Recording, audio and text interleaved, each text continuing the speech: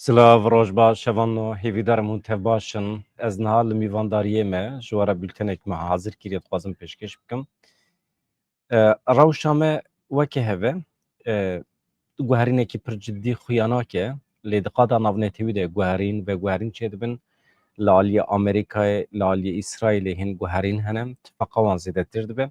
Bi taybetî di van rojên dawiyê de tiştek ku herî zêde balê dikişîne tifaka di navbera Qibrîs, Yunanistan û İsraîlê de ye. Ev yek bandor li tifaka Tirkiye û Libyayê dike. Hin menfaatê wan li ser Derya Spî heye. Derya Spî ya Rojhilat bi taybetî. Niha dor li dewleta Tirkiye teng bûye. Ji xwe ev nêzî 2 salan 3 salan em behsa vê meselê dikin. Em dibêjin di qada navnetê wî de dor li Tirkiye teng bûye. Ji aliyek ve tifaka İsraîl, Qibrîs, Yunanistan dor li Tirkiye teng dike. Amerîka jî wê tevlî bibe. Ji xwe Amerîka piştgirî dide lê ew ê bawekî fermî jî tevlî vê tifaqê bibe. Ya din jî Rusya zorê li dewleta Tirkiye ji jor ve ji bakur ve ew jî mesele ye. Li rojhilata navîn ji xwe ciyê dewleta Tirkiye nemaye. Ji Erebistana Suudî bigire heta Misrê, heta dewletên din ên ku li ser Sûriyê xwedî plan û proje ne pir Tirkiye di nava projeyê xwe de naxwazin. Di mesela Gazayê de Tirkiye pir cehd kir, pir xwest têde cihê bigire bibe xwedî rol lê wisa nebû. İsraîl şertekî pir ciddî daniye. İsraîl naxwaze Tirkiye di meseleya di aştiya Gazayê de jî cihê bigire. Di jinûva avakirina Gazayê de jî cihê bigire. Tirkiye niha dor lê teng bûye. Di vê çarçovê de tiştek ku bandor li me dike mesela Rojavayê Kurdistanê ye. Hûn zanin em tev dizanin ku ev pêvajoya ku li Bakurê Kurdistanê li Tirkiye dest pê kiriye bi temamî girêdayê xirabkirina statûya Rojavayê Kurdistanê ye. Em dibînin ku Tirkiye ji aliyê eskerî ve êdî pir rehet nikare bikeve Rojava. Hem hêzên quweta yani Qesedê quwetên Sûriye Demokratîk bi hêz bûne. Perwerda wan pir baş diçe. Hejmara wan jî gelekî zêde ye. Yani îşê henekan ne. Tamam. Dewleta Tirkiye bi hêz e. Lê divê em bizanibin ku dema ku êrişê Rojava bike piştgirî ji NATOyê nikare bigire. Li ser Tirkiye astengên ciddî hene. Nikare zû bi zû li gor dilê xwe êrişê Rojava bike. Ez bawer dikim pêşî lê hatiye girtin. Ez dibêjim qey operasyona li hember Rojavayê Kurdistanê aniha tenê weke gef maye. Weke tehdît maye. Di pratîkê de pêk naye. Yani ez di wê qenaetê de me.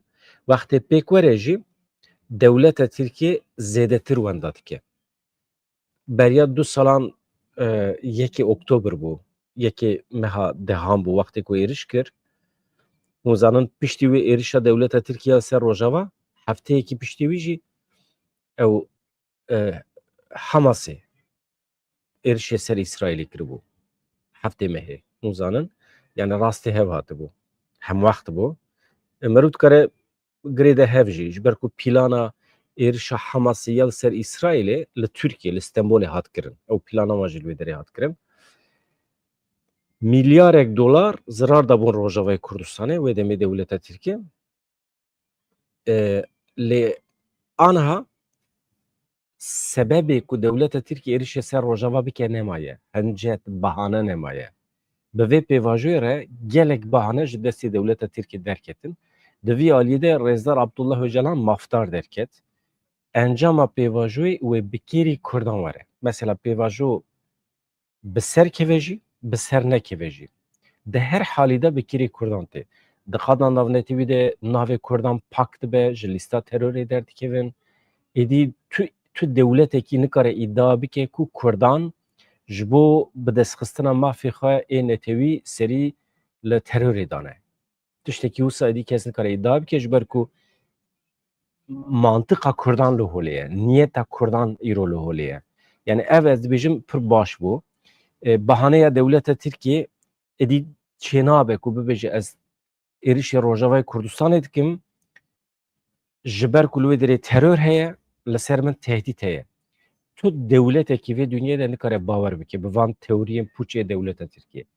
Heta niha هنجتا دولتا تركيا او بو لباكور سوريا ترور هي جوی دری ایرشی میتکن جوی دری هاتن انقره بمب بکرن جوی دری هاتن استانبول بمب بکرن آنها mesela لسر Türkiye پر درون دیگرن هوانو او herkes dibijin drone Rusya yani herkes dibijin zanım iyi devlet edine devlet Türkiye او قاس عاجزه جالی استخباراتی و او قاس کمه هن نکاره çafkaniye van drone پیدا بکه yani acayip tişteki mesela anha o balafra Libya balafra Türkiye Libya ne mesela ne ve yani o ketine ve balafra jî Grededin tifaka İsrail, Kıbrıs ve Yunanistan'ı. Çima? Çünkü devlet Türk de paralel ve tifaka her si devlet ande belli bir yere tifak çekir bu. Menfaat evan dahatın dıcı hev. İsrail de be tabi ne başa meru suç var bu ki le devlet Türkiye pır baştı zane. Ev balafra ku sererkanı arteşa Libya'yı teda bu و 5 کس جوان به تفی مرتباتان 8 کس هاتن کشتن یعنی جیانا قش دستان دولت ترکیه باش دزانه çafkanya ve erişi ve sabotajı şu kaderi hat. Parani dve kanaat edane ku tifaka Yunanistan, İsrail, Kıbrıs bir sebep ku balafır bikeve jibo ku projeye devlet Türkiye bi Libya'ya zarar bibine. Kanaata ki husa heye. Hun çavanın hevanlı hun başın ka ve serisi hun kuderine hun çıdkın. Uğurlu müzik demek ki direce esten abinim ya. Malatya var. Emci Slavi haştara dişinin. Hevanno la Amerika'yı temaşevani mehane. Em vederi rezu hürmeti xod dişinin. Ji New York'e, ji Amerika'ya. Doh bihin hevalan ra tekiliya meya telefoneci çebu. Tişte xoş ve çebu bin sver rojede. De derbarê kanala me de. Em amadekariyan dikin. Uğurlu müzik Malatya var her ebi. Necla Ahmet Düjli vederi.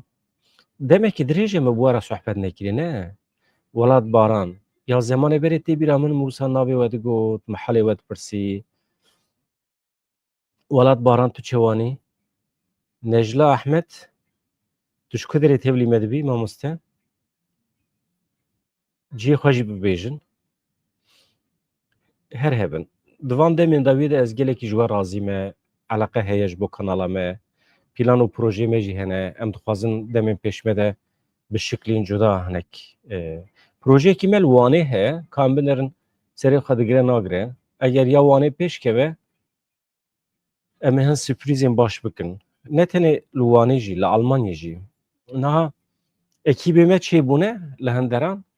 Tabî hin pirsgirêkên me yên aborî hene, em wan jî çareser bikin. Ev ekîbên me ê Rojavayê Kurdistanê, ew mühîm e. Rojavayê Kurdistanê ez dixwazim her bûyerekî çê bibe di aynî saniyede, di aynî deqîde ew hevalê me li wê dirê telefonê me bikin. Mesela gelek hevalê me rojnameger hene, bi serê xwe dixebitin ama ne girêdayî me ne. Îjî ez dixwazim piştgiriya aborî bidim wan. Ku hinekî girêdayî me bin, ku zêdetir nazê me li wan bibire. Ew xweş e hevalno. Niha heval hene bi serê xwe dixebitin, merû carekî telefon dike, merû du cara, heft cara telefon dike, êdî paşê merû nikare. Merû naxwaze acî jî bike.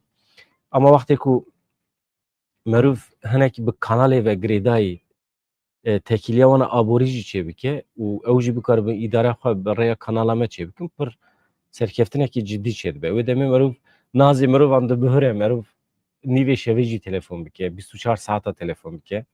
Ew tiştekî xweş e bi vê şeklê.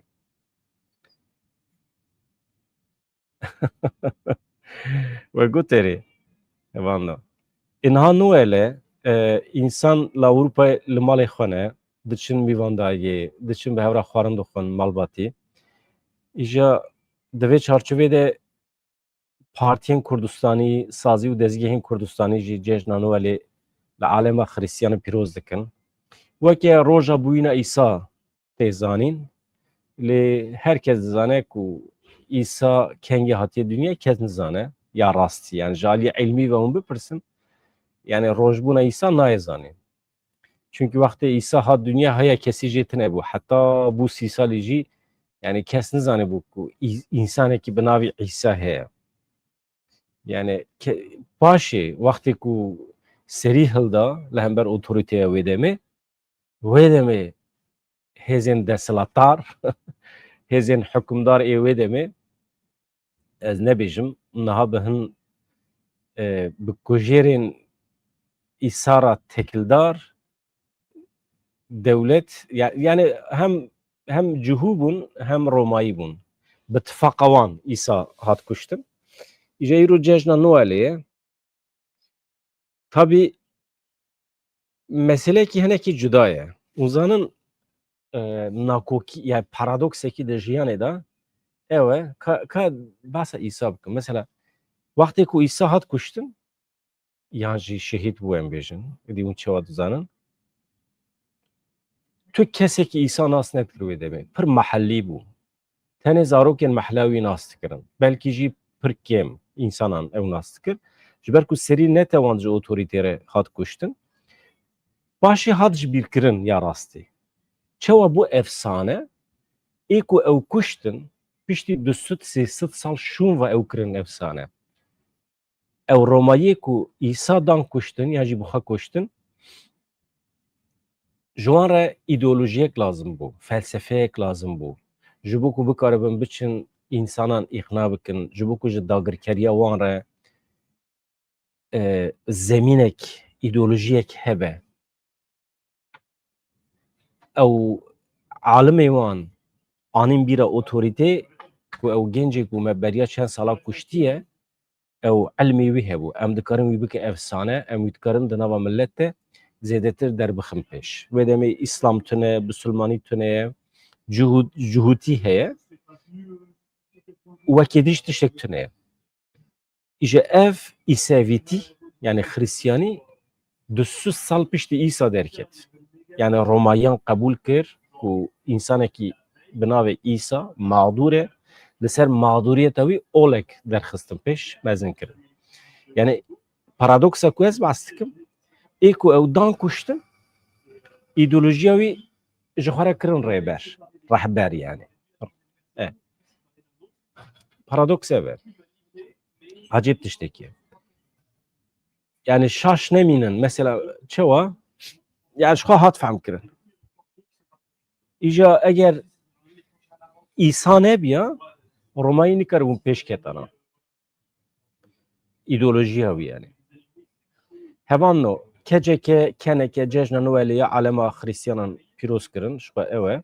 Wê demê niha di van rojên dawiyê de piştgiriya koalîsyonê heye ji bo Qesedê. Deqekî ez vana hemiyan bigirim. Hevan no. Em vê serê bu ara sohbet dikin. Xweş e. Cara yekem ez qisa serê sibê zû weşanê çê dikim. Niha hûn zanin hêzên koalîsyonê li Sûriyê dixwazin pêşkevin. Mesele sir ne Daişê jî. Mesele dixwazin pergalekî çê bikin, sîstemek çê bikin. Ceribandin bi hikûmeta demkî ya Colanî re. Ceribandin lê çê nebû. Komplo çêbû li hemberî wan. Sabotaj çêbû. Du eskerên Amerîkî tevê tercümanê wan hatin kuştin. Veya di wan de travma çêkir. Zû bi zû nikarin xwe bidin aliyê Şamê. Ja niha dest pêkirine bi Qesedê re ji nû ve dest bi operasyonan dikin. Darbeyên ciddî li Daişê didin. Ew Daişa ku muheqqeq piştgiriya xwe ji dewleta Tirkiye digire. Dewleta Tirkiye anha cesaret nake li ser navê xwe bikeve nava hereketê. Li Helebê çeteyê xwe dixe dewrê. Li Dêre Zorê û herêmên din jî navê Daişê bikartîne. Em zanin li wan dere heye hêza dewleta Tirkiye. Tiştekî dijî bînin bîra we ku di demên pêş me de derdikeve holê. Êl û eşîrên Ereb ên li Dêre Zorê, Reqa, Tebqa hatine kirîn qismekî wan. Em zanin. Navê wan jî hene dice min. Ji aliyê dewleta Tirkiye ve hatine kirîn. Perhekî pir mezin li wan hatiye belav kirin. Ew di demên pêş me de dibe ku bikeve nava hereketê hin provokasyonan derxin. Yan ew ê bibêjin em vê pergala rojava em naxwazin, em ret dikin mesela. Ji van tiştare hûn dikarin hazir bin. Normal helbekî dünya alem dizane ku pergala la Rojavayê Kurdistanê tam li gorî wan e. Ew bi xwe bi xwe rêve dibin. Her herem xwedî meclîsekî ye, di meclîsê de ew têne temsîl kirin, zarokê wan di nava Qesedê dane. Ew dibin serokê meclîsê û tim diguhere. Yani pergala hey ya la Rojava tam îdeal e ji bo heremê ku dixwazin xwe bi xwe rêve bibin. Ha eger ew ketibin nava hînbûnekî ku tim ji derve ve warin rêve birin, tim yek li ser serê wan be û meselekî din e. Ew meselekî din e. Eger wisa hîn bûbin. Dedî cana nexweşî ye. Merû tim dixwaze ji derve ve rêve birin. Waxtê ku merû 5 sal kole be, roja ku tu azad bûyî, tu nizanî çawa azad tev bigerî. Nizanî. Çünkü te tema azadiyê negirtiye. Tu nizanî çi ye? Ev li welatên Yeketiya Sovyetan jî wisa bû. Waxtê ku Sovyet hilweşiya, hem mirovên li wê derê û hem jî ew dewletên dibin desthilatariya Sovyetê de ji nişka ve ketin valahiyê. Çünkü ke nizane xwe rêve bibe. Ke nizane şîrketa bi rêve bibe, ke nizane îdare xwe bike, ke nizane ticaretê bike, ke nizane biçe kilîsê jî. Hem herkes di valahiyê de ma. Paşê hêdî pêş ket. Yani kültüra rêvebirina xwe bi xwe, yani xweserî pir tune ye. Çünkü her tişt ji merkezê de hat bi rêve birin. Piştî hilweşînê êdî însan azad bûn yani. Yani bifikre ew sosyalizm û komünîzma ku soza azadiya mutlak dida însanan wisa kiribû ku însan girêdayê merkezê ne, girêdayê otorîtê ne. Yani ev jî paradoksekî ye. Kuvvetên Sûriye Demokratîk ragihand ku bi piştgiriya hêzên koalîsyona navdewletî şaneyekê çeteyên Daişê li gundewerê Rojhilatê Dêrezorê bêbandur kirine, di encamê de 3 çeteyên Daişê hatine kuştin, 5 jî hatine girtin. Di daxuyaniya wan de wiha tê gotin, piştî komkirina agahiyên îstixbaratî yên derheqê tevgerên şaneyên temam bûn, hêzên me ciyê wê dorpêç kirin, bang li wan kirin ku werin teslîm bibin. Yani dibe me nedixwast werin kuştin, me dixwast em wan sah bigirin. Lê endamên şanê gule avêtin, bi êrişê bersivdan, pevçûn çêbû, di pevçûnê de 3 endamên Daişî hatin kuştin, 5 jî hatin girtin. Yani heyf e. Ya heqeten ez ber însana dikevim. Ya rastî ez ber însana dikevim. Yani wî rojê min xortekî Daişî dît, yani normal dişiviya xortekî Kurd yani. Mesela ez pir berketim yani. Ew xort çima diçe nava şer û tê kuştin mesela. Li pêşiya wê heyatekî dûr û dirêj hebû, dünyayekî pir berfireh heye, tiştên dervê dünyayê jî hene elbet. Ama dikarîbû ji nîmetên vê dünyayê fayde bibîne. Yani çima ihtiyaç dibîne here sîleh bike destê xwe û here Dêrezorê here Kurdan bikuje yan jî yani mesela ew çi mantiq e? Çawa dikeve ser vê rêyê? Malbata wî û dêbavê wî, derdora wî, melê camiyê ê ku ew xistine ser vê rêyê, ew baweriya wî, vana hemî hevan ne suçî wî ye? Yani gencekî 20 salî ketibe ser vê rêyê yan jî 25 salî feq nake. Yani ne suçî wî ye? Ji ber vê yekê çiqaş destê mirovan tê merûv sağ bigire, îslah bike, mesele ne zindan e jî. Yani pêdiviya wan însanan bi psîkolog heye. Rastiya jiyanê fehm nekirine. Ez behsa baweriya wan a olî nakim. Ama ez bi xwe ne taraftarim werin kuştin. Çünkü tarzê wan yani awayê wan ê şer zêde hovane ye. Yani insana dikarin saxî bişewtînin, dikarin insana gulebaran bikin, bê mehkeme, bê pirs. Net şer daha piştî şer jî dikarin bikujin we dît yani Daîş ecayîb felekete ve însanekî çawa dikare bikeve ser rê? Kîjan baweriya olî Lüvi farz dike ku tiştekî hereketeke bi vî şeklî bike yani. Çawa mümkün e. Ama mümkün e. Ha, tişta vê derê de mühim mirov weke wan tevne gere. Firqiya me çi ye? Firqiya me exlaq e. Me jara gotibû di destê Kurdan de jî çek û sîleh heye, di destê wan de jî çek û sîleh heye.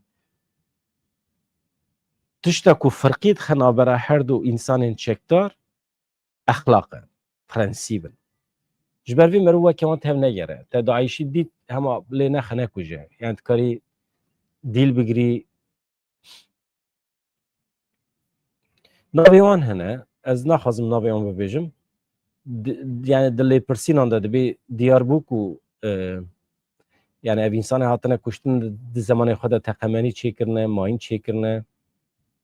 Velhasil wekî din li dêre zorê operasyonên ewlehiyê didomin, di operasyonan de otomobîlekî bombebarkirî hatiye lêdan. Şaneyekî Daişî ji li wê derê hatiye girtin. Yani ev operasyonên cuda têne kirin. Mesela ev operasyona dawî ku ez bas dikim, tîmên operasyonên leşkerî tol jê ra dibêjin. Wan ev operasyon pêkanîne. Wekî din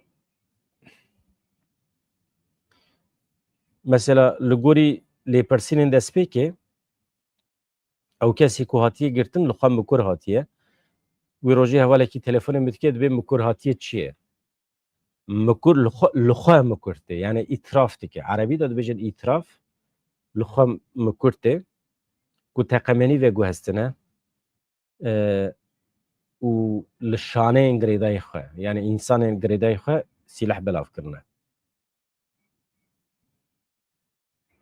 Armanca wan êrişkirina li ser xalên eskerî, sivîl û saziyên xizmetguzariyê bûye da ku aramiyê têk bibin ê muheqeq.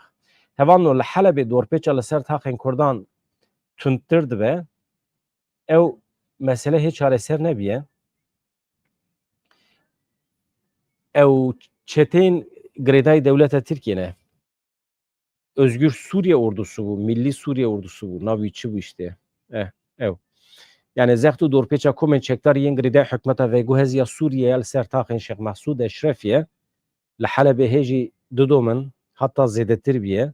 Li gorî zanyariyên herêmê komên çekdar rêya çerxereya Şîhanê a ku taxa Şex Mehsûdê bi navenda bajêr ve girêdê de ew hatiye girtin. Bi girtina vê rê re tekîliya wesayîtan ya taxê hema idî nemaye. Çûn hatin nemaye. Wextê ku wesayît nerin hûn zanin av û xwarin û zad û temamî tune dibe. İnternet e, elektrîk e. Li wan her du taxan anha rewşa dawî çi ye hevalê me li wê derê zanin. Yani internet tune beş xwe nikarin li me jî temaşe bikin. Beriya vê pêngavê heman koman rêya stratejîk ya di navbera taxên Eşrefiye û Sûriyanê de jî bi blokên mezin ên çîmentoyê girtibûn. Hêzên ewlehiyê tevgera çûyîn û hatina otomobîl û wesayîtan li wan rêyan qedexe kiribû. Ev rewş bi taybetî ji bo nexweşan, ji bo kesên pîr û kal pir zehmet e. Çavkaniyên herêmî dibêjin ev kiryarên dawî beşekin ji siyaseta dorpêşkirinê ya ku ev demekî dirêj e li ser wan taxan tê meşandin. Armanca wê çêkirina zextekî ye li ser rêveberiya Xweser. Yani zorê li rêveberiya Xweser dikin ku di peymanan de yan jî di müzakereyan de li ser masê ew hinekî bikevin zehmetî ye. Na dewleta Tirkiye bi tonan pere dişîne ji van çeteyan re hevan. Ji aliyê siyasî ve me got dewleta Tirkiye ketiye tengasiyê. Hem li hember Tifaka Siyalî, Yunanistan, Kıbrıs, İsrail. Hem li hember Rusya di zehmetiyê de ye. Niha êdî em dibînin li Sûriyê jî ketiye zehmetî ye. Bandora wan a li Sûriyê pir kêm bûye. Ne weke rojên destpêkê ye. Yani ne weke ku Trump destê xwe li pişta Tayyip Erdogan dida digot we colanî afirand. We Sûriye çêkir. Hûnê ava bikin. Rewşekî wisa tune ye. Danin Trump xuyeye temamî henekê xwe pê kiriye. Sibê du sibê colanî bikeve nava sûçan ew ê ji wî Tayyip berpirsiyar bibînin. Naha aboriya Türkiye serubin biye. Kriza aboril berderiye. Yani kriza hey ve kurtur bibe. Na maaşı her iki me Türkiye uzanç qasiye. Hevale me li Bakurê Kurdistanê Türkiye li me temaşa dikin.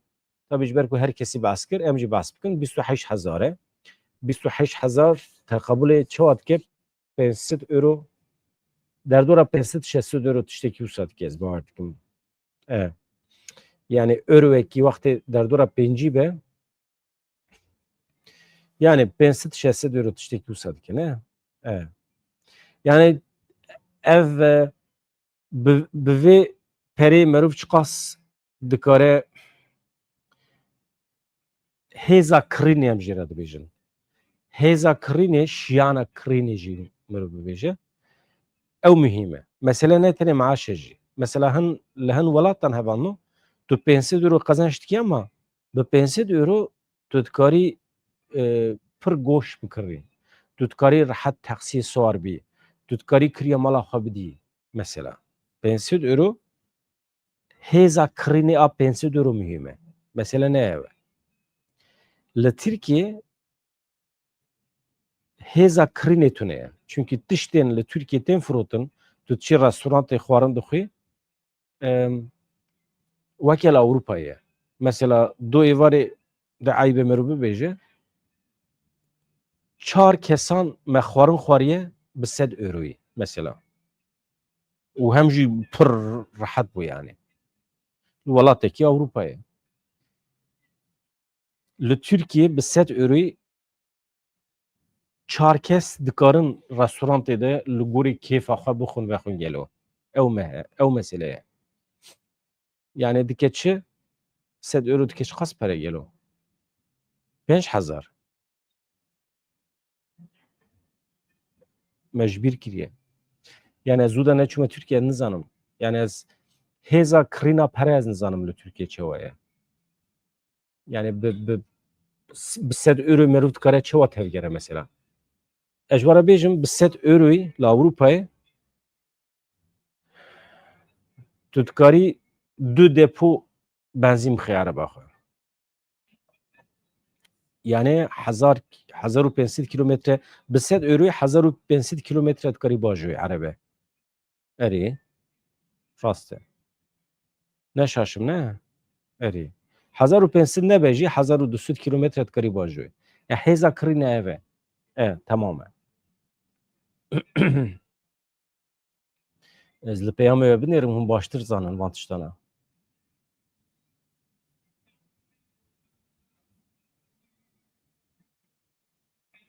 Mala te ava. Lucas Herhebî.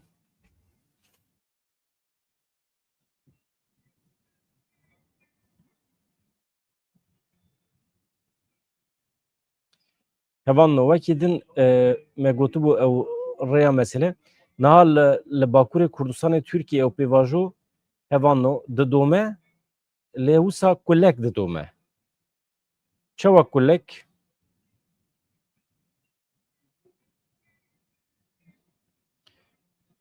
Deqekî.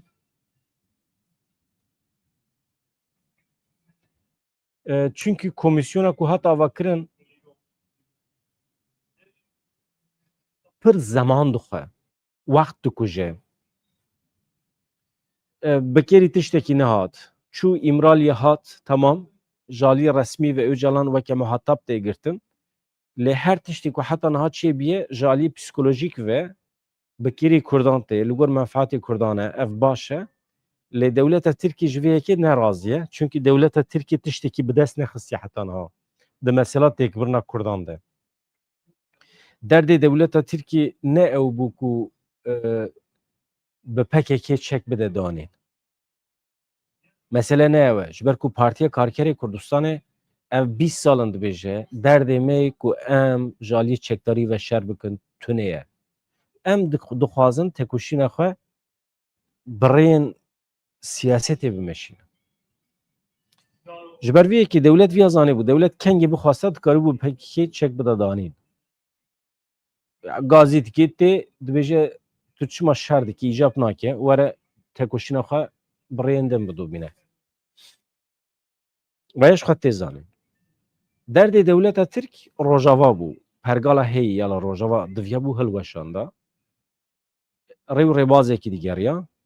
Ama kir nekir ji Öcalan sozekî wisa negirt. Ev sal û du meh derbas bûne. Me ji Öcalan tiştekî wisa nebîstiye. Ji xwe eger ez garantî didim we hevana. Eger Öcalan Rojavayê Kurdistanê bixista nava pîlana xwe yan jî sozekî dawa dewleta Tirkiyê niha her roj bi dehan kamera diçûn İmraliyê. Öcalan wê qarşiyê wan kamerayan tiştan bigota li gor dilê dewleta Tirkiyê. û tiştekî wisa tune binêrin komîsyon jî çû hat ama tiştekî derneket. Ne navê Qesedê bilêv kir, ew gotina Öcalan ya berê ku dibêje Rojavayê Kurdistanê xeta min a sor e hê ew didome. Ji ber vê yekê aniha me Kurdan zarar nedîtiye ji vê pêva ji wê. Îja komîsyon normal gerek serê salê bi dawî kira xebata xwe lê ji ber ku derenket du mehay din jî dema xebata xwe dirêj kiriye. Civîna xwe ya bîstemîn pêkanîn. 24 elheve dicivin. Ama di pratîkê de tu tiştekî tune ye. Yani dema xebata wan heta kengê ye 31 vê mehê normal diqede. Ji bo xebatên komîsyonê pêdivî bi demekî zêdetir heye. Ez bawer dikim du mehê din jî dirêj kirine. Tamam.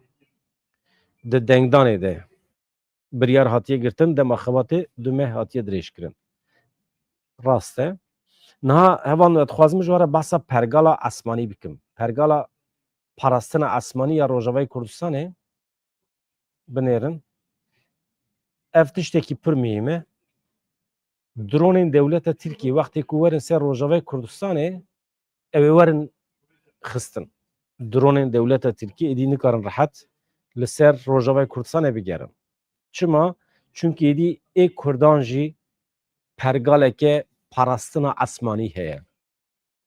Ya jî esmanên Rojavayê Kurdistanê ji balafirên dewleta Tirkiye re hatiye qedexê kirin. Ne ji wan re li wan hatiye qedexê kirin. Ev jî di kurmancî de ez vêya jî bînim bîra wê hevanno.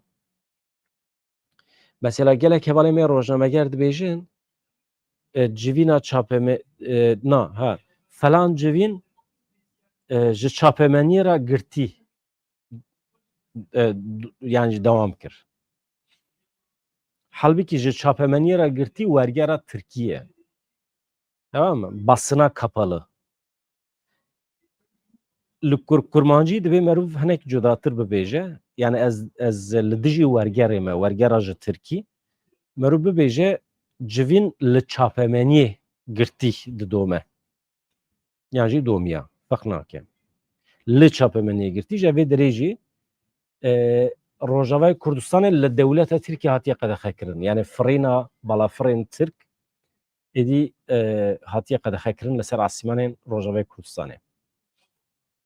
Sahaya hewayî ya Rojavayê Kurdistanê li balafirên dewleta Tirkiye hat qedexe kirin. Ya rast. Ev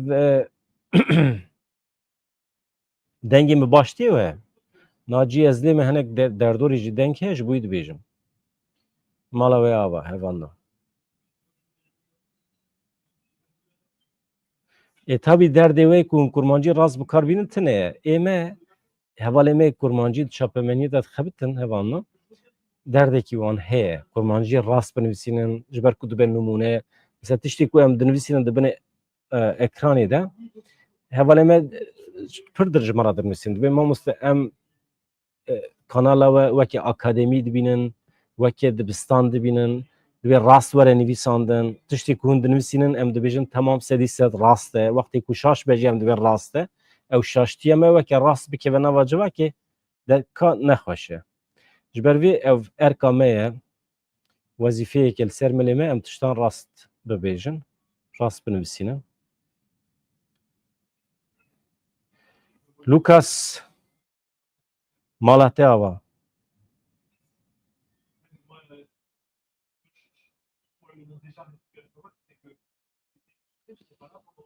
Hevanno ev parastina hewayî çi ye?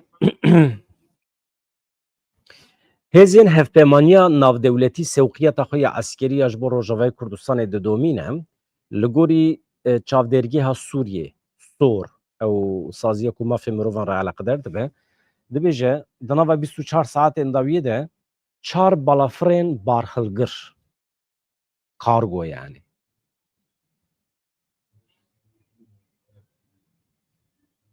dibê hatine li balafirgeha eskerî ya li Rojavayê Kurdistanê danîne. Çi heye di wan de?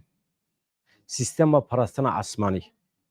Li gorî zanyariyan du balafirên kargo yên artêşa Amerîkayê xwe li balafirgeha Xirabcirê ya li gundewarê Remêlanê ya li parêzgeha Hesekê danîne. Sorê ragihand ku van balafiran sîstema parastina esmanî û platformên mûşekan bi xwe re anîne. Ev ne tenê yê Amerîkayê ne, ê hêzên koalîsyonê ne hevan no. Hêzên koalîsyonê de İsraîl jî heye, em wisa bêjin. Mühîm e. Sorê da zanîn ku di dema danîna balafiran de tevgera helîkopterên Amerîkayê jî li esmanê herêmê zêde bûye. Ewlehiyê herêmê hatiye parastin. Çavkaniyên vê saziyê da zanîn ku yek ji wan balafiran piştre ji Xirabcirê rabîye. Ber bi baregeha Qesrekê ya li Bakur Rojavayê Hesekê veçûye. Di nava 24 saetan de 4 balafir ji malzemeyên ji bo parastina hewayî anîne li Hesekê danîne. Xweş e. Xweş e hevan tiştê wisa. Di van seferên dawî de hêjmara balafirên kargo yên ku di 24 saetên dawiyê de hatine danîne ên aydê koalîsyonê bûye 4 di van balafiran de çekên giran hene, cebilxane hene, gelek tişt hene îcab nake mirov bibêje yani ez jî nizanim ji wan fehm nakim. Yani armanc ew e beriya niha hin cîhaz hatibûn wê derê ev tiştê ku anîne jî ji bo temamkirina wan cîhaz û wan pergalan e. Yani sîstemên parastina hewayî ne. Yani tînin temam dikin ji ber ku carekî de merû nikare bîne. Erê herî dawî hevan no. Yani tê her roj tê. Ev 24 saetê dawiyê de wisa bîye ama bawer bikin her roj tê nabe nûçe. Hevalê me jî naxwazim merû van tiştane bike nûçe çünkü hin tiştene bi dizî çêdibin. Amerîka dizane dewleta Tirkiye berê xwedaya Rojavayê Kurdistanê ew ê xirabî derbixe. Îro sibê ew ê xirabî derbixe. Lê kengê merû nizane.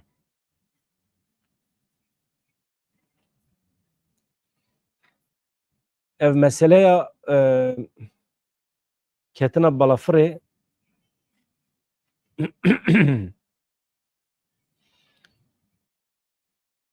yani problem e. Ev balafir hatiye xistin. Qutiya reş ya balafirê hatiye dîtin. Tam analiza wî derneketiye heta niha. Yani ji min nebîstiye. Yani heta do bişev jî me tiştek nebîstibû. Yani çi ye çawa ye. Lê ew balafirek pir nemezin e. Weke jet e. Taybet e.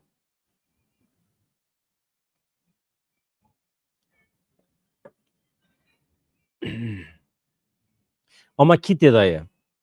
Binêrin Libya Genelkurmay Başkanı. Yani sererkanê artêşa Libyayê. Kara Kuvvetler Komutanı. Yani fermandarê hêzên bejayî. Askeri Üretim Otoritesi Başkanı. Yani ew jî ew e generalekî ye yani jî kesekî eskerî paya bilind e û şêwirmendê wan û rojnamegerê wan mürettebat tê da bûne hemî hatine hemî tê de jiyana xwe ji dest dane. Heyf e tevî. Yani dewleta Tirkiye dixwaz bi Libya re qaşo li dijî İsraîl, Yunanistan, Kıbrısê alternatîf tifaq çêbike yani. Ema İsraîl ji te re dihêle binêre yani İsraîl nahêle tu bi muxatabê xwe re civînekî jî çêbikî. Nahêle. Mesele ev e. Tişta ku ana hatiye serê dewleta Tirkiye tê bîra ve İsraîlê anî serê Îranê. İran jî nikare bû gav baveta.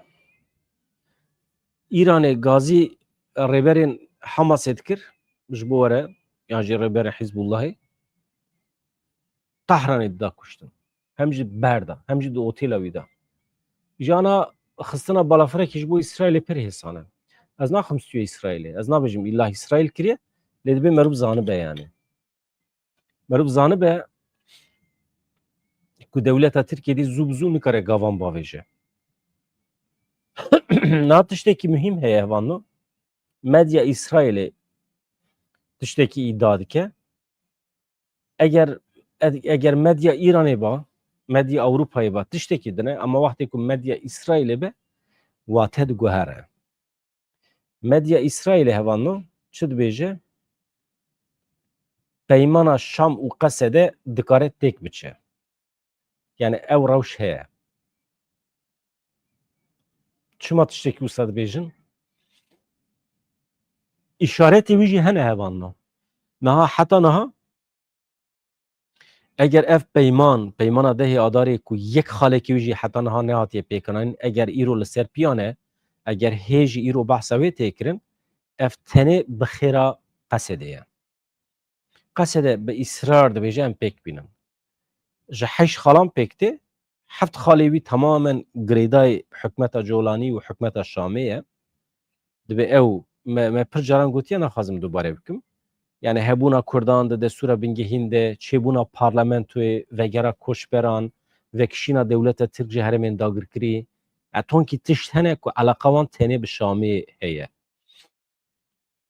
Xala çaran ku Rojavayê Kurdistanê eleqedar dike, tevlîbûna Qesedê weke hêzên komî nava artêşa Sûriyê, ew jî tê wê manê ku artêşa Sûriyê bi hev re ava dikin. Yani ew xalê din eger hemî pêk werin, tê wê manê ku Rojavayê Kurdistanê tevlî biryaran dibe. Tevlî avabûna Sûriyeya nû dibe. Wê demê tu dikarî rehet tevlî artêşê bibî. Entegrasyon ew e, merû entegrê hebû du dibe. Ya di rewşekî wisa de hevano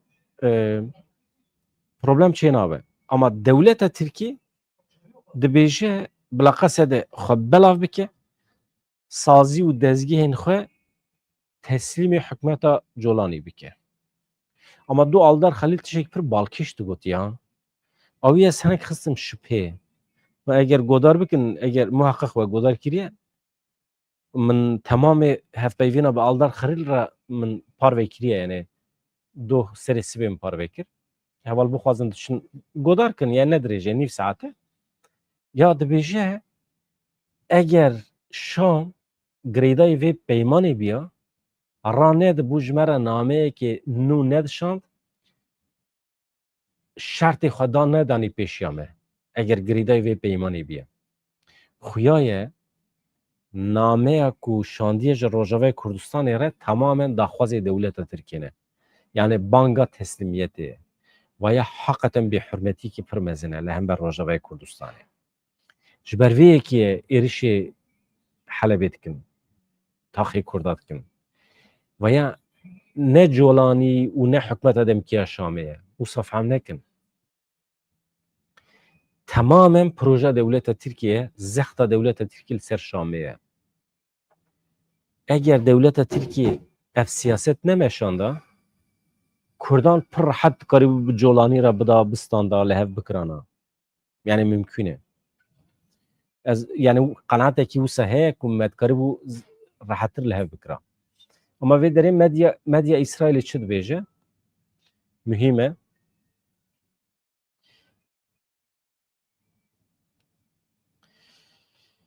Medya İsraîlê piştî şerê li Helebê ku beriya du rojan qewmî balkişan ser wê yekê ku Sûriye di rojên herî hestiyar ê serdema piştî Esad re derbas dibe.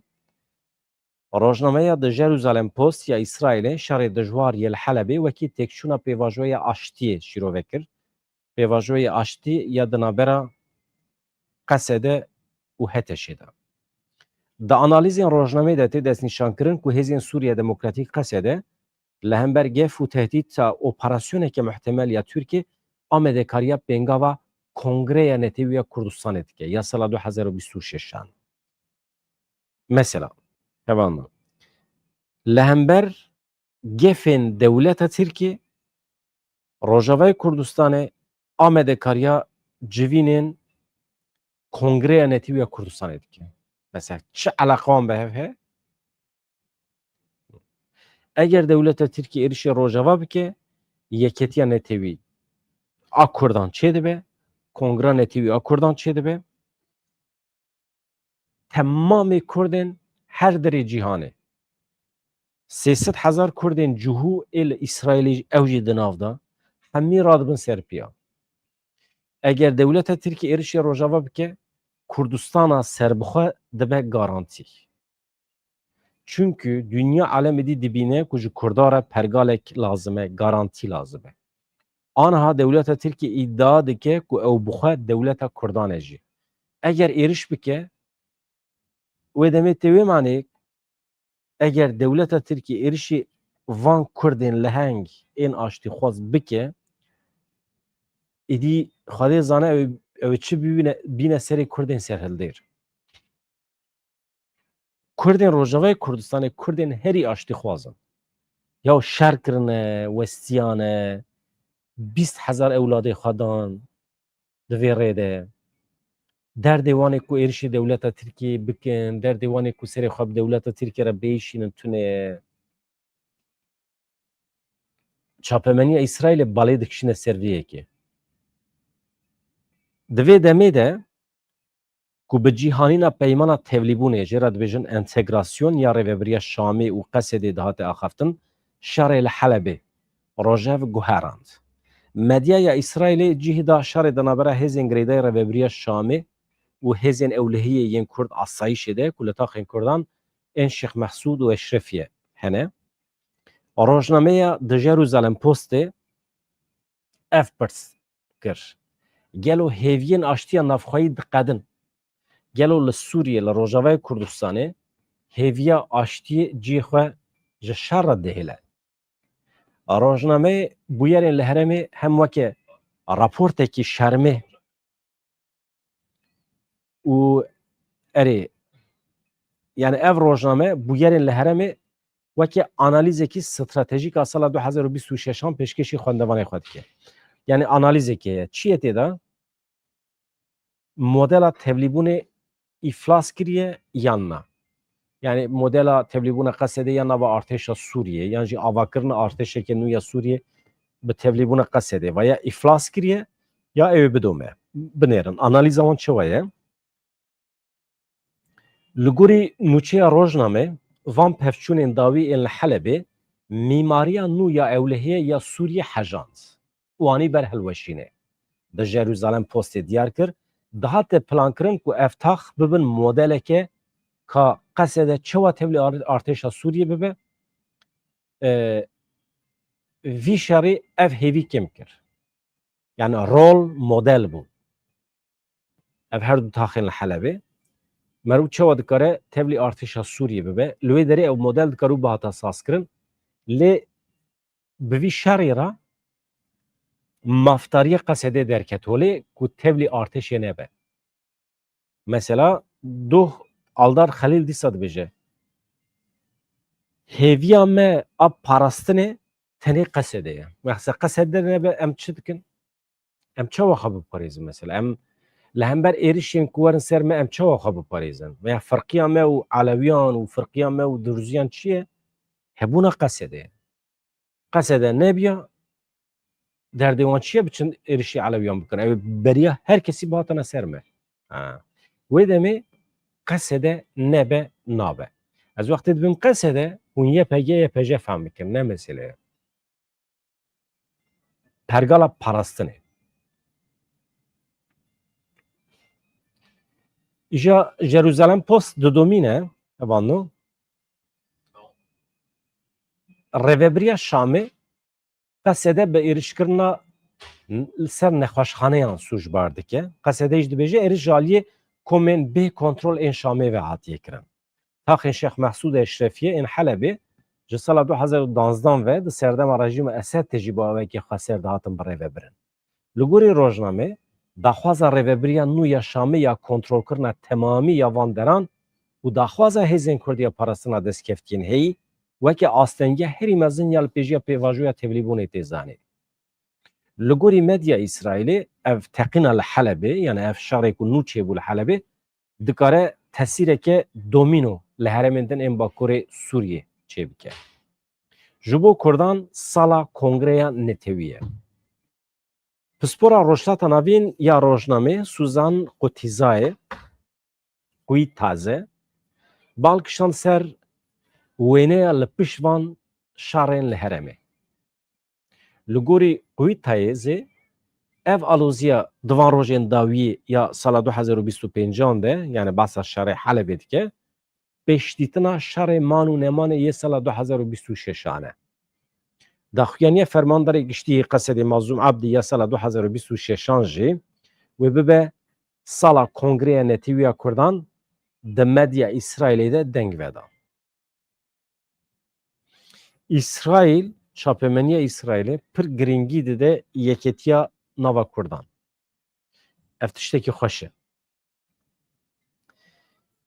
e. Mazlûm Abdî jî di hevpeyvîna xwe ya bi Aryan TV'ye re gotibû sala 2026 wê bibe sala yeketiya nava Kurdan. Duh Aldar Xelîl jî aynî tiştî dibêje. Çareserî ew e ku Kurd bibin yek. Dibe êdî me dît em gihîştine wê encamê yeketiya Kurdan dikare bibe garantiya hebûna Kurdan. Niha hevano di analîzê de wekî din tê îdiakirin ku Tirkiye dixwaze ji nû ve avakirina Sûriyê di xebatên ji nû ve avakirina Sûriyê de para herî mezin bigire. Beriya welatên wekî Erebîstana Siûdî û yên din. Mesela Qesedê nüfuza İsraîlê wekî astengeh herî mezin e li pêşiya vê projeya dewleta Tirkiye.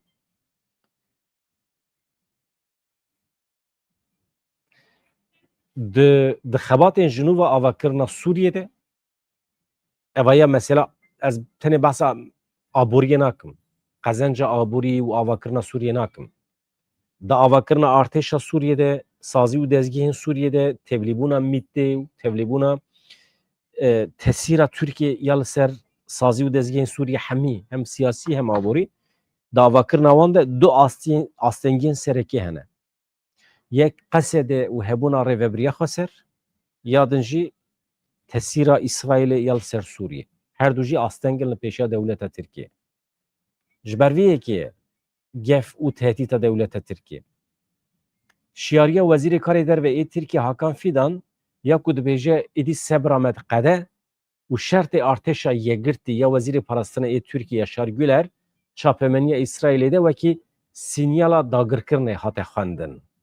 Yaşar Güler Wezîrê Parastina ên Tirkiye çi gotibû em qebûl nakin ku Qesedê weke yekîne weke tabûr tevlî artêşa Sûriyê bibe. Em dixwazin Qesedê bi temamî xwe belav bike. Tek kes eger bixwazin tevlî artêşê bibin weke askerekî ji rêzê herin li hember wan fermandarên çeteyên Daişê bikevin Hezrolê bibêjin fermandarê min ez di emrê te da me tu çi bibêjî ez wî dikim. Yani endamên Qesedê ew li hengên ku li hember Daişê şer kirine ew diçin li hember fermandarên Daişê dikevin Hezrolê û dibêjin ez di emrê te da me. Ev xeyalekî dewleta Tirkiye ye. Pêk tê yani eger pêk were mîna ku av berjor biherike. Yani ev êdî gotina nemimkün e jî jê re nabe. Yani eger hûn bibêjin îro tav di şûna xwe de sêkîniyê hil nayê belkî mirov bawer bike ama ferdên Qesedê xwe belav bikin tek tek biçin tevlî artêşa Sûriyê bibin û li hember wan çeteyan bikevin Hezrolê asla nemimkün e. Qetîyen. Yani vaya ji bîr bikin. Yani yek divê ji wan re bibêje ha ya li televizyonê Tirkiye temaşe dikim carna. Mi gotiye yek ji wan re bibêje. Ji wan re dibêje. Şîrovegerên Tirkiye niha dest pêkirine. Ê ku pir zelalî mantiqî qise dikin hene. Wan demê dawiye de zêde bûne hêjmera wan. Dibêjin bila dewleta me dev ji vê projê berde. Ya çawa dikarin bawer bikin ku qesede xwe belav bike here tevlî artêşa Sûriyê bibe. Yani çawa dikarin van tiştana bilêv bikin. Tiştê ku nemümkün e çima dibêjin mesela. Henekê xwe bi aqlê civaka me dikin. Çawa mümkün e? Tiştekî nemümkün. Me nebêje? Îja niha çapemeniya İsraîlê giringî de van tiştana. Yani ev yeketiya nava Kurdan falan.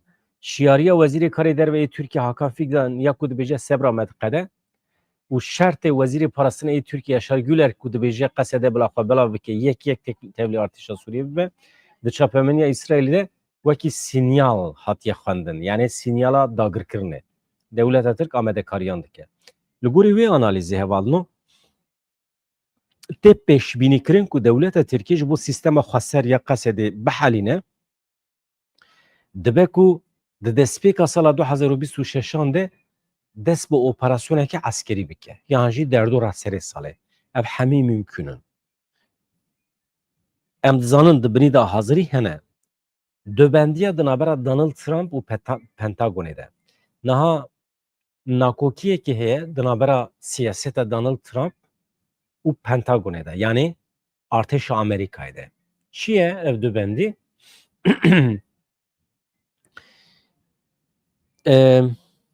Di derbarê qedera qesedê de dibendî heye. Donald Trump cuda difikire, artêşa Amerîkayê cuda difikire. Di çapemeniya İsraîlê de tê bibîrxistin ku Donald Trump bi germî li rêveberiya Şamê dinêre, piştgirî dide hikûmeta Colanî, lê artêşa Amerîkayê li qadê hîn jî bawekî vekirî piştgiriya qesedê dike. Ev piştgirî yekane hêze ku pêşî li artêşa Tirkiye digire. Ji bo êrişinekê.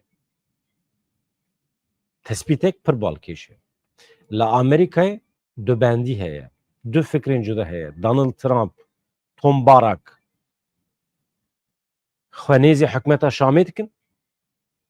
Pir pozîtîf li qesedê nanêrin. Lê Pentagon artêşa Amerîkayê ku li herêmê ye pir vekirî. Piştgirî dide qesedê baweriya xwe bi artêşa Şamê nayîne. Ev çi dike? Ev jî dibe sedem ku dewleta Tirkiye zû bi zû nikaribe bikeve Rojavayê Kurdistanê. Heta ku Pentagon hebe, heta ku piştgiriya Amerîkayê bawekî vekirî wextê dibêjim Amerîka behsa Donald Trump nakim. Piştgiriya artêşa Amerîkayê ji bo qesedê hebe, dewleta Tirkiye cesaret nake bikeve. Yani ew gefê wan jî ez bawer dikim cesaret ji Donald Trump digirin. Di mesela Sûriyê biryarên Donald Trump pir derbas nabin. Pentagonê. Di mesela Nasname Kurdan de hevalno. Mesela Nasname Kurdan da jî tiştekî balkêş dibêje çapemeniya İsraîlê. Ew çi ye? Dibêje Jerusalem Post dibêje. Di vê demê de ku Türkiye û Rêveberiya Şamê zext û zorê dikin da ku qesede duwarê eskerî de daqurtîne, qesedê tune bike. Di vê demê de ku behsa vê meselê dikin. Kurd bi biryarin ku di sala 2026 de yeketiya xwe ya netewî ava bikin û vê salê bikin sala pêngava siyasî. Li gorî medya İsraîlê çi dibe bila bibe Kurd wê tucar dev ji nasnameya xwe bernedin. Ew ê li pê bi destxistina statûya xwe ya siyasî bin. Veya tespîta çapemeniya İsraîlê. Niha bi destxistina statûya siyasî hevalno eger tu bikaribî di destûrên bingehîn de destûra bingehîn ya Sûriyê û ya Tirkiyeyê hebûna Kurdan misoger bikî bixîbin garantî veya Tê mana naskirina statûyê. Problemek heye tu dibî hebûneke navxweyî a dewleta Tirkiyeyê. Tu dibî hebûneke navxweyî ya Sûriyê. Êdî di qeda navnetewî de heqê tê ku tu dîplomasiyê bikî, behsa mafê netewa xwe bikî namîne. Dibe weke mehkemeyan. Mesela çawa îro bûyerekî were serê te tu nikarî biçî dadgehê navnetewî, ji te re dibêje pêşî here li dadgehên xwe ê herêmî dawe veke. Eger têk biçe li te neheqî hatibe kirin, her tişt derî li te hatibin girtin, wê demê tu dikarî werî li cem dadgehê me dawe bikî. Ev jî tiştek wisa ye. Ji te re dibêje tu netew dibî, millet dibî, tu hebûneke navxweyî a Tirkiyeyî, tu pirsgirêka navxweyî a Tirkiyeyî. Ev êdî ancak bi demokrasiyê dikare çareser bibe. Tu hatî ceme çi? Tu tê çi dikî yani mesela? Dîplomasî mana wî namîne di qeda navnetewî de. Vaya problem e ceme Kurda. Ama em weke netew eger xwe bidin qebûl kirin, heqê me çê dibe ku em heqê xwe mafê xwe netewî di qeda navnetewî de bigerin ji ber ku em milletekî cuda ne. Çi dibe bila bibe dibe em xwekê milletekî cuda bidin naskirin hevan. Hêdî me behsa derketina rojê kir, wê roj derdikeve, êdî hewa ronî dibe hevan. Pir baş e. Ez dixwazim bi were bidomînim heta ku tam ronahî çê bibe. Pir xweş e. Ev cêzlê me, mîvandariyê me. Hevan ev medya İsrailê bi vî şeklî sirri sakik tiştê xweş gotiye. Wî rojê mîvanê me bû. Min û hevalê min ê ronî me hevpeyvînekî xweş pêra çêkir. Mesela îro jî çi dibêje? Dibe niyeta rast ya Tirkiye bi Rojava eşkere dibe.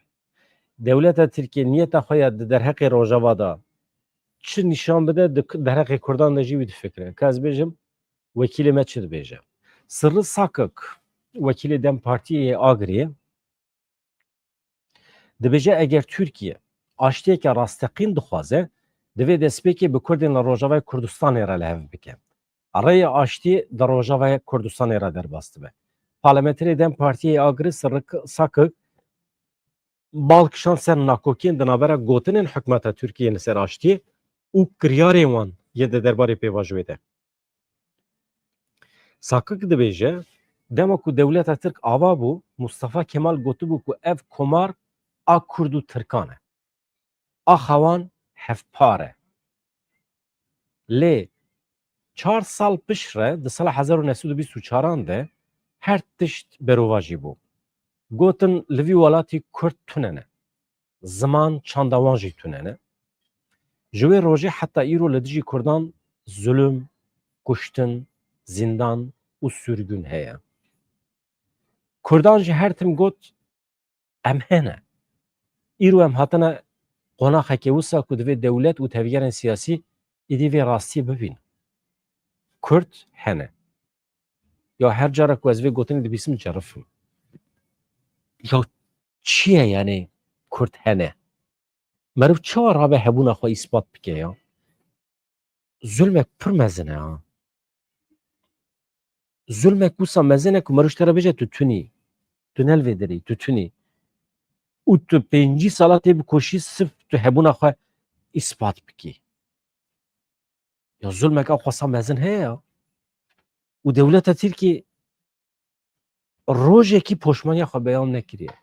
Ne gotiye ya ez çawa dikarim înkar bikim? Tu tunî.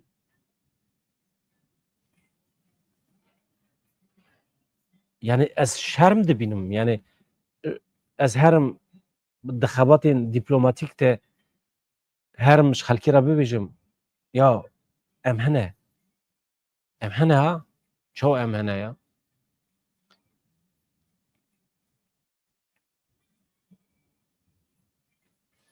Pir ecêb ya.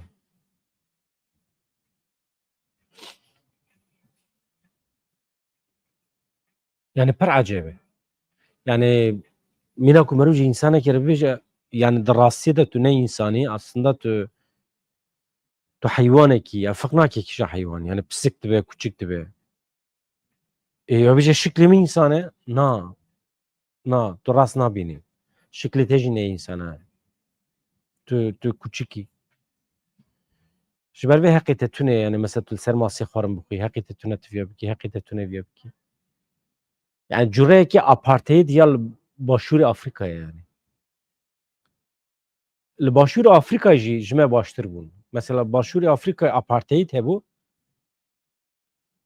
ew ê reşik piçûk dihatin xistin. Nedixistin mekteba, nedixistin dibistanên cê spî, di otopîsê wan ji hev cuda bûn. Xizmeta ji bo spiyan cuda bû, a ji bo reşikan cuda bû. Qet ne me nedihatin înkar kirin. Mesela ji wan re digotin ev ê reşik re digotin hûn hene, ev ê ku Mandela serkêşiya wan dikir, seroketiya wan dikir. Temam hûn hene, lê hûn ji me piçûktir in. Hûn hene, hûn ji me jêrtir in. Hûn hene, lê divê hûn xizmeta me de bin. Li Tirkiye zamanekî ev sîstem çi bû? Ew yek hebû, digot li Tirkiye kîj xwe re bêje ez Kurd im, yek heqekî wan heye, ew jî xizmeta Tirkan e.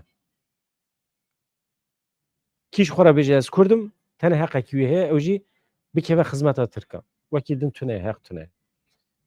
Ya baş tu xwe înkar bikî, ji bo tu nekevî xizmeta Tirkan, divê tu xwe înkar bikî. Ez tune me.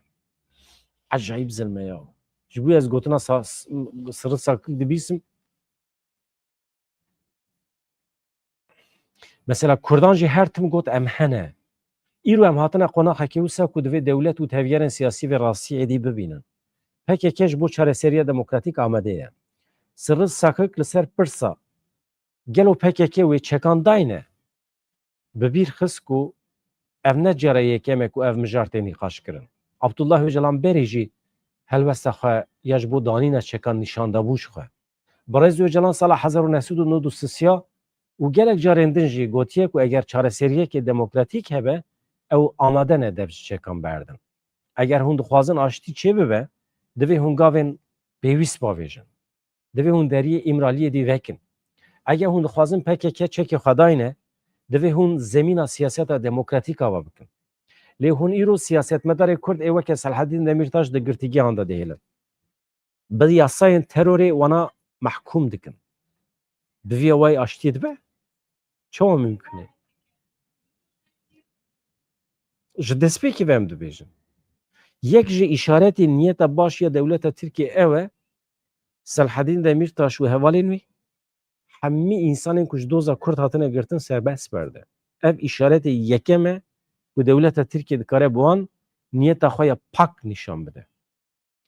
Niyeta ku bibêje ez ji aştiyê re amade me. Ji xwe ew gotina aştî jî red dikin. Ew dibêjin Tirkiyeya bê terör. Aştî di navbera wan kesan de çê dibe ê şer kirine. Dewleta Tirkiye nabêje me şer kiriye. Gotina şer bi kar nayîne. Çünkü wextê te got şer, du alî çê dibin. Her du alî tên ser masê. Vê derê de şer tune ye. Aliyek heye, mehkûmê têkçûnê ye. Dibe tune bibe. Navî wî terör e. Terör yani kanser. Terör yani virüs. Virüs di bedenê de ye. Kanser wekî hücre di bedenê de ye. Ew beden divê pak bibe. Ew beden bedena dewleta Tirkiye ye. Em hücreyekî kanserojenin. Dibe em ji bedena dewleta Tirkiye derkevin, tune bibin. Em mehkûmê tunebûnê ne. Çünkü em vîrûsin. Halbuki em çi dibêjin? Em dibêjin em ne vîrûsin. Em hebûnekê wekê mîna te ne, tu jî hebûnekî, ez jî hebûnekî me li hember hev şer kiriye, niha em her du hebûn jî dibe em hebûna xwe biparêzin. Em tune nebin. Mesela operasyon çi ye hevalno? Ameliyet ne? Tu çima operasyon çê dikî? Ji bo ku tu vîrusa nexweş, nebêjin vîrus, wî hücreya nexweş a kanserojen, a kanser çi dibêjin? A ku kanser yani hücreya kanser. ji bedenê derxî operasyon ameliyat ev ji ber vê dewleta Tirkiye wextê ku êrişî Kurdan dike nabêje em diçin şer divê em diçin operasyonê yani em diçin bedena xwe ameliyat dikin ew ê nexweşiya bi navê Kurd em jê derdixin davên çöpê yan jî em laboratuwarê de dihelînin divê tune bibe ew min bi salan di çapemeniya Kurd de min mücadele kiriye ji bo gotina operasyonên bikar neyne Devleta Tirkiye dest bi operasyonan kir. Devleta Tirkiye li Rojava operasyon li dar dixe. Operasyona bi navê Tunç Elî, operasyona nizanim bi navê vana hemî heqaret li milletê Kurd. Çapemeniya me jî gotina operasyon pir rehet bikartîne mesela. Çapemeniya me ya Tirkî ew hevalê me dinivîsîne. Çima? Şerre ya şerre navê şer di wextê bikî operasyon tu navê xwe jî we çeqê bikin em hücreya evin em nexweşînin em nexweşîne ketine bedena Tirkan rast e ne rast e bi merû rast bikar bîne yani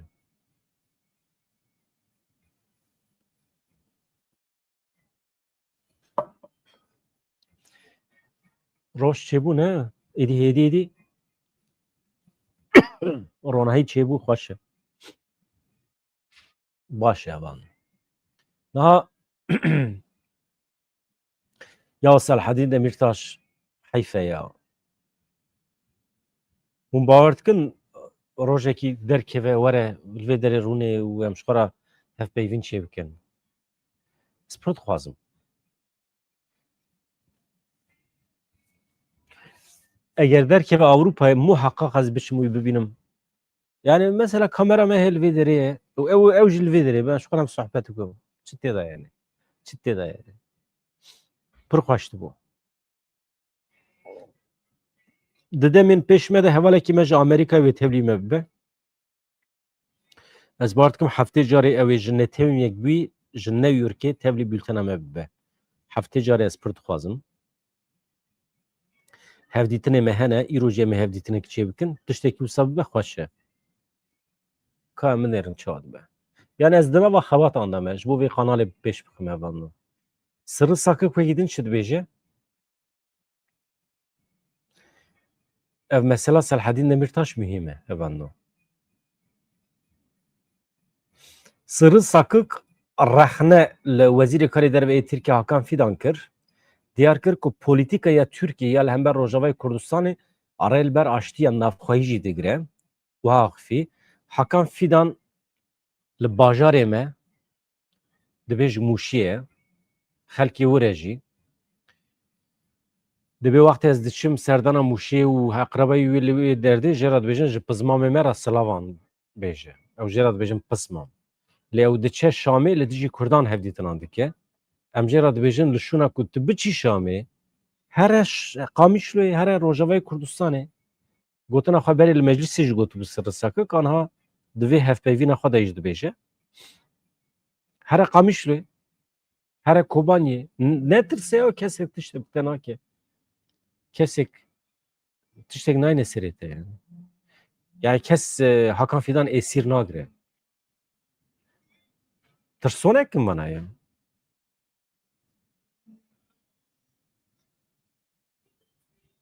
here Rojavayê Kurdistanê bi Kurdara Rûnê çaywan vexwe eger hûn dixwazin bi Kurdara aştiyê bikin hûn nikarin bi nîvê Kurdara şer bikin bi nîvê din re jî aştiyê pêk bîne rêya aştiyê de Rojavayê Kurdistanê re derbas dibe eger dostaniya Rojava qebûl bikin em dikarin gavên mezin bavêjin dibêje Sırrı Sakık heqeten rast e yani çawa mümkün e mesela va jî heqaretekî ciddî ye li milletê Kurd tu terî Şamê bi rêya Şamê gef li Kurdan dixwî tehdîtekî dibê werin tevlî artêşa Şamê bibin mesela heqaret e we ya û paşê tu dibêjî em dixwazin bi Kurdara li hev werin bibin dost ve çawa dostanî ye Her kamışlı mesela çiman naçı kamışlı mesela. Ya revebriye ki helvediri, revebriye khosere, pergale ki o mesela çıttırsı. Çiman naçı yani. Kategoriz lehevtim. Nae, lehev nae. Nabe bir şekli nabe yani. Her sinora veke bide bisine mesela nettirse yani. Advin haberi dezbinin biraz sırrı sakık buha baştır zane. Buha jivi roje gotu bu. Hakan Fidan ne kurdu? Hakan Fidan ji Seyidane Arabe, Tom Barak jî Arabe, ew jî Arabe, Colani jî Arabe. Erê. Yani em ji her kesî re nebijin Kurd. Hakan Fidan, malbata Hakan Fidan sêsî çarsî sal e belkî li Kurdistanê ne. Bûne Kurd ama bi asê xwe Arab in. Yani bûne Kurd dî. Eşîreta wan bûye Kurd lê bi asê xwe Arab in. Mesela bavûkalê wî êdî Kurdbûna xwe qebûl dikin, êdî Müslümanın ji bo wan zemanê Kurdbûn û Erebûn pir nemihî bû. Qewmiyet mühim bû. Tişkîjan evî.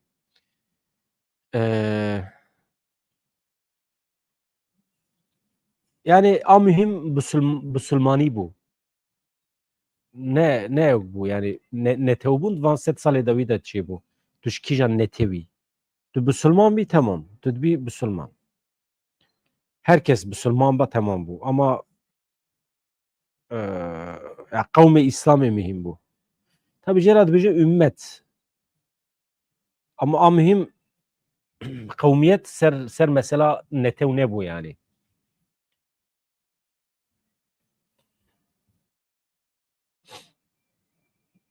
Sed salê dawî çi bû? Ya çima dibêjin girê keçel ji Karahantepe re?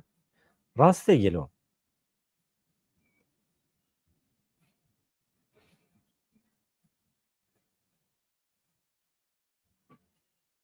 Ev girê miraze heye, girê keçel heye.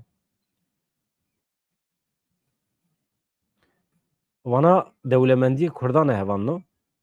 Girê keçel ê li Rihayê ket lîsteya 10 keşifên arkeolojîk yên herî giringê sala 2025-an. Kovara navdar ya cîhanî Arkeolojî Magazîn cih daye girê keçel. Dibêje yek ji keşfên herî giring ê sala 2025-an e. Karahantepe. Tiştên di binê wan keviran de di birî wê axê de hatiye dîtin ew kevirên kevin teqabûlê 12 yan 14,000 sal berê dike. Normal li gorî dîroka ku em li dibistanan fêr dibin, dîroka mirovahiyê digêje herî zêde 10,000 sal berê. Yani li gorî baweriyan, li gorî ol beriya 10,000 sal berê mirovahî weke meymûna bûne yani ha. Dîrok tune yani, dîroka wî tune ye. Di mağara da şikefta da bûne. Ja divê derê de di Karahantepe yani girê keçel û girê miraza da em dibînin ku 14,000 sal berê însan xwedî malin, xwedî bawerî ne. Yani xwedî îdeolojî ne ha, di wê manê da. Û li ser keviran tiştê ecayîb çêkirine ku wê demê kesî hesin nedîtiye. Hesin tune ye, paxir tune ye. Tu ancak bi kevir dikarî kevir bikolê. Ama çawa çêkirine? Kevirê ecayîb çêkirine, kevirê pir mezin. Ev dîroka li Misrê a Fir'ewnan bervana tişta do pêre yani. A Fir'ewnan 4,000 sal berê ye. Ew ê pîramîd çêkirine. Tabii ki ew jî pir ecayîb e.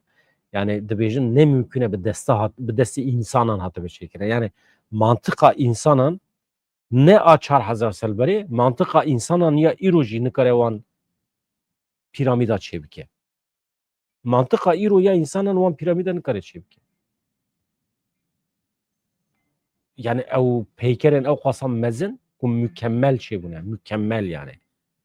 Tu metre digirî, pergel digirî acayip mükemmel şey bu ne. Ve demeji hesin tüneye. Çoğu çitkin. Ja ev veditin hevanno. Kovarê her wa girê keçel bi wêneyê bergekiriye wêneyê bergê jî qapaxa arkeolojî magazîn ji evê pêkite girê keçel. Girê keçel di çarçoveya projeya girên kevir de li Rojhilatê hatê dîtin wekî navenda serdema neolîtik tê qebûl kirin. Berhemên sembolîk ên ku li herêmê derketine û xebatên ku tên meşandin li ser koka jiyana rûniştî û civakên destpêkê yên mirovan zanyariyên nû pêşkêş dikin.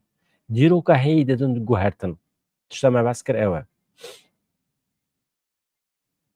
Yani jiyana rûniştî. Çi ye jiyana rûniştî?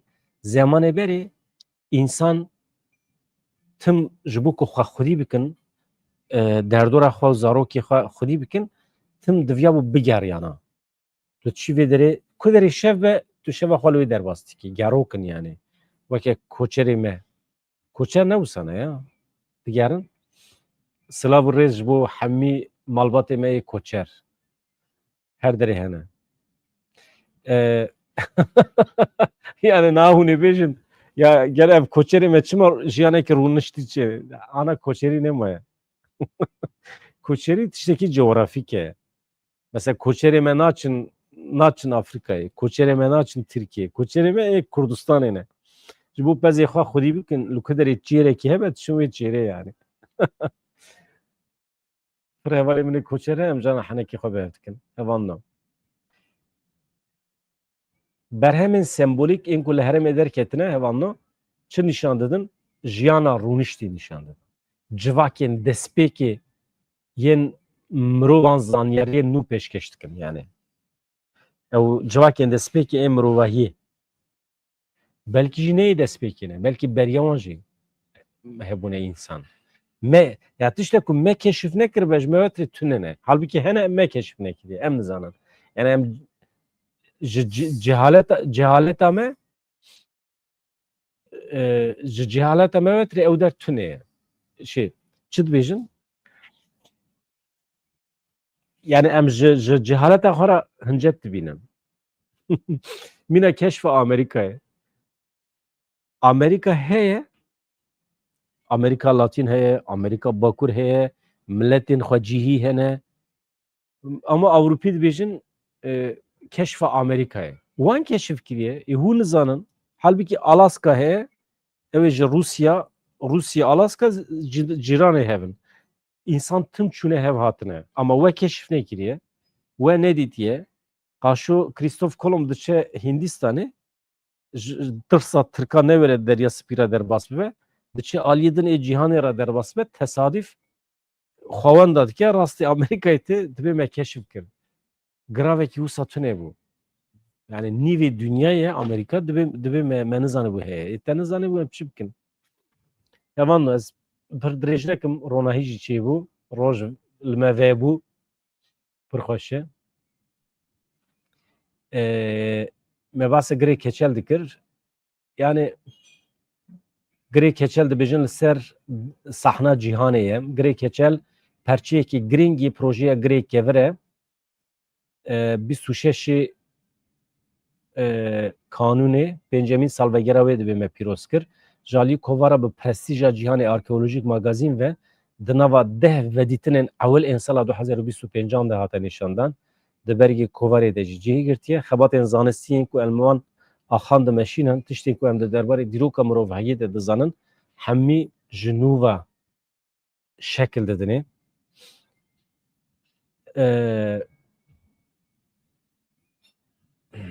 Tiştên nû wê werin dîtin. Evan no. Baş e. Ka ez nûçeyên deqeya dawî binerim. Me îro dirêj kir wala îro mixwase wisa were sohbet bikim yani.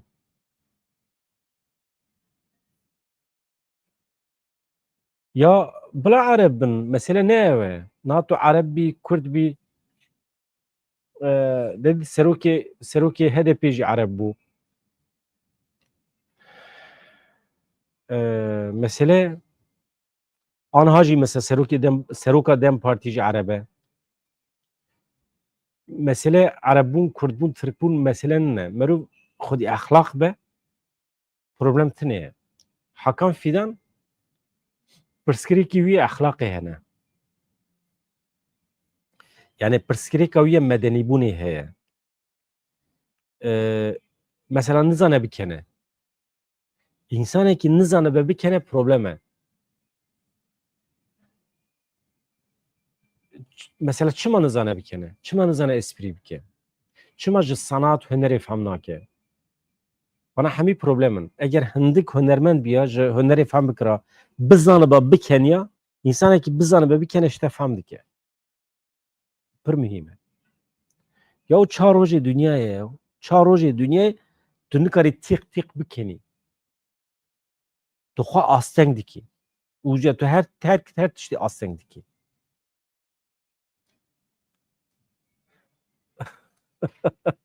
Altan tan nîv Erebe nîv Kurd e. Ya ne mühim e ya. Hakikaten ne mühim e. Pir mühim e heval. Em jî nizanin em ji ku derê ne?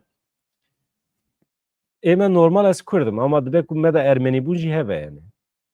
Dibe ku hebe. Ji ber ku em Serhedê ne, em ji Vartûyê ne, jî Ermenî ne li cem me. Hemû heqe xûna Ermeniya jî me de heye.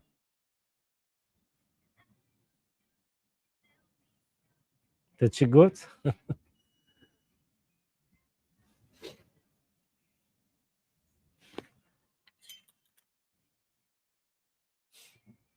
Na hakikaten ne mesele ye. İnsanekî insanekî nûjen, modern hevanna, insanek medenî, bila Tirk be, bila Ereb be, cîranê mirova we çêtir e ji Kurdek kevneperest. Yani Kurdekî bê exlaq tu dikarî wekî cîran qebûl bikî. Yani tu dikarî zarokê xwe teslîm bikî. Cisnî wî mühim e yani. Ji kîzan esnî be, cisnî be. A mühim merov insan be.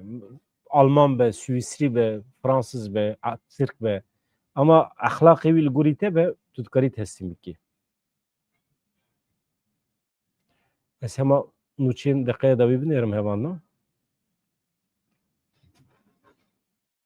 Deqekî çi hêçtine? Me îro bi were pir dirêj kir, îro pir kêfa ma ji were. Kêfam tim ji were tê, kêfa we ji me re naye. Kêfa we ji me re bihate hevan na? Ez ji were bêjim çi dibû.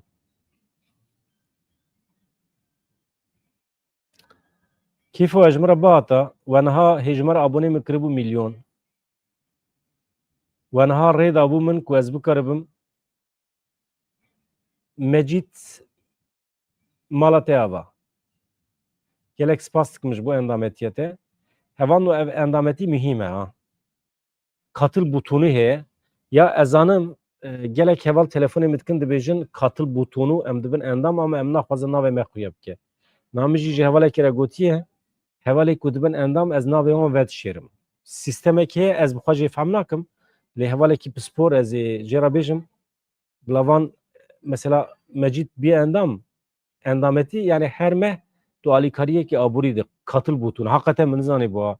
Yani wî rojê hevalekî bi min daye çêkirin. Min nizanim bu katıl butonu jî heye. Min nizanim ku merûv dikare piştgirî aborî bide rojnamevanê xwe î ku YouTube çê dikin. Min nizanim bu ew sîstem jî heye.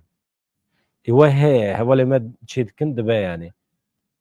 Bawer bikin ez yek quruşek fayda min jê çê nabe. Ez vê berhev dikim dixim xizmeta kanalê hevalê me hewcedar hene. Ê rojnameger. Ez piştgirî didim wan.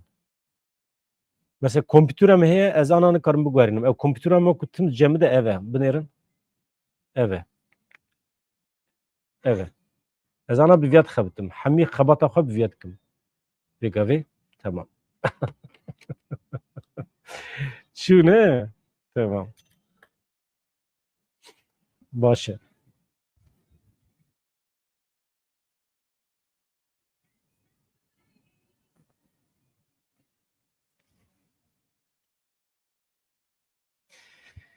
باشه هەواڵە نەها ez xatir ji we bixwazim berê ku xatir ji we bixwazim ez dixwazim spas bikim hemû hevalên ku bûne abone ji kerma xwe car dibin bi abone nabêjim car din yani hevalê ku nebûne bila bibin hevalê ku bixwazim bibin endam mala we ava Lukas jî alîkarî daye me her hebin wekî din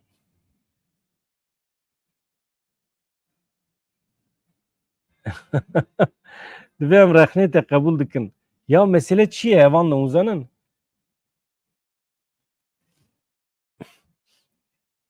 mesela em dizanin bi qasî 5 milyon Kurd li YouTube'ê temaşe dikin di medya civakî de nedigerin mesela beleş e beleş e hûn dibin abone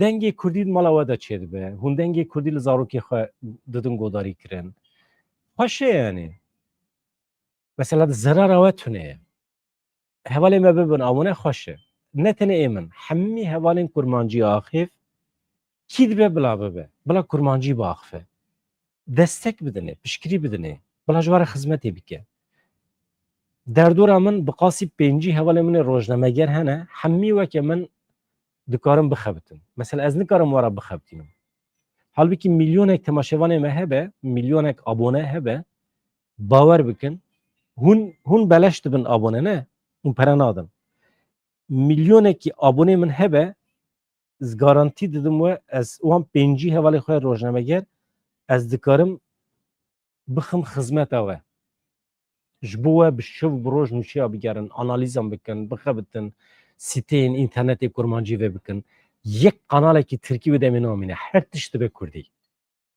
eger hûn nekin xizmeta Kurdî jî çê nabe îje wî çaxê spê heta êvarê hûn biçin ya hevalê me çima rojnameyên Tirkî ve dikin çünkü ew tenê Tirkî dizanin na şoreşgerekî tenê Tirkî bizanibe rojnamevanekî me Kurd ku tenê Tirkî bizanibe ew ê çi bike mecbur ew ê here televizyonekî Kurdî ava bike Tirkî ava bike ew ê malperekî Tirkî ava bike ji ber ku feqîr û tenê Tirkî zane çi bibe ê Kurdî hene hûn destek nadine em dava çi dikin wê demê mesele ew e yani ez ranabim ji Tirkî axivekî naxwazim Kurdî çê bike naxwazim ji we dixwazim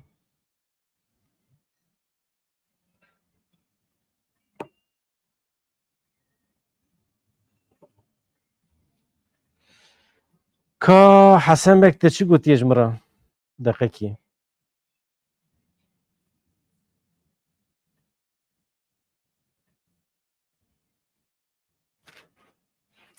dibe Seyid Ehlîbet Ereb ninin ew ê Kurdistanê dibêjin em Erebin Seyidin dibe piranî cûhiyên Kurd bûne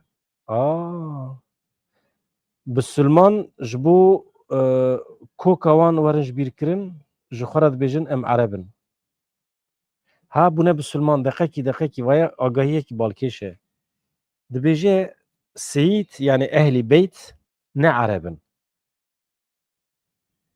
ew ê Kurdistanê dibêjin em Ereb Seyid koka wan biranî cûhiyê Kurd bûn cûhiyê Kurdin bûne bi Sulman ji bo koka wan were ji bîrakirin ji xwe re dibêjin em Erebin Allah dîroka Kurdistanê ji bo were wendakirin ve guherandina olî bikartînin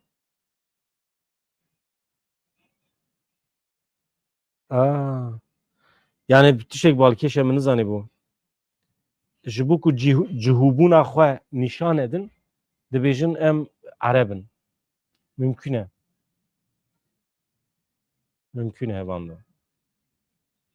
hevanda roj derket ez xatir ji we dixwazim me saet û nîva xwe temam kiriye wala îro wisa kêfa me hat dwara dirêj kiriye yani serê sibê zû ye êdî kêfa we ye hûn temaşe dikin nakin ama ez ji wan rîca dikim em vê meselê henekî destê xwe zû bigirin em vê kanalê hinek pêş bixin êdî hûn çawa dike em nizanim ji dost û hevalê xwe re dibêjin bibin abone ez şûna we de bim tiştekî zera nakim hêjmara temaşevanan bila zêde bin xatirê we silav rêz hevanda